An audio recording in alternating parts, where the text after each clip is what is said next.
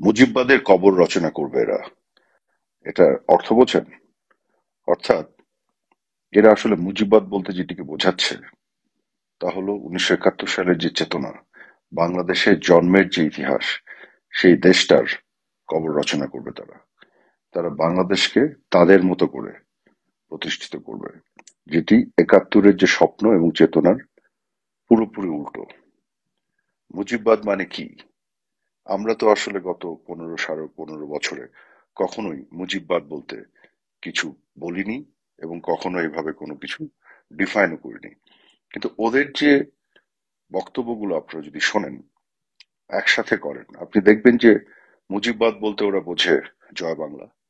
মুজিববাদ বলতে ওরা বোঝে গণতন্ত্র, সমাজতন্ত্র, ধর্মনিরপেক্ষতা, অসাম্প্রদায়িক রাজনীতি এবং বাঙালি জাতীয়তাবাদ। অর্থাৎ যে চেতনা এবং স্বপ্নের উপরে দাঁড়িয়ে মুক্তিযুদ্ধ হয়েছে, মুক্তিযোদ্ধারা যে স্বপ্নকে বুকে আলিঙ্গন করে জীবন দিয়ে যুদ্ধ করে শহীদ হয়েছে এবং বাংলাদেশ স্বাধীন করেছে, সেই স্বাধীনতার বিপক্ষেই তারা অবস্থান নিয়েছে। এবং বাংলাদেশের যে স্বপ্নটা, বাংলাদেশ রাষ্ট্র গঠনের যে স্বপ্ন ছিল 1971 সালে, সেই স্বপ্নকেই তারা মুজিববাদ বলতে যাচ্ছে এবং এই স্বপ্নটাকেই তারা ধ্বংস করতে চায়। এখন প্রশ্ন হলো, তাহলে মুজিববাদ বলতে আমরা কি বুঝি? ওরা কি বুঝে? মুজিববাদ মানে কি? আমাদের স্বাধীনতা যে ঘোষণাপত্র, সেখানে কি আছে? বৈষম্যহীন একটি সমাজ, গণতন্ত্র, মত প্রকাশের স্বাধীনতা, গণমাধ্যমের স্বাধীনতা, আইনের শাসন এবং আমরা একটা গণতান্ত্রিক আধুনিক বাংলাদেশ। হ্যাঁ, এই বিষয়ে তর্ক থাকতে পারে, আছে, যে আমরা কি বাংলাদেশ স্বাধীন হওয়ার পরে এখন পর্যন্ত মুক্তিযুদ্ধের স্বপ্ন বাস্তবায়নে পুরোটা অর্জন করতে পেরেছি? না, হয়তো পারিনি, অনেক ক্ষেত্রে পারিনি।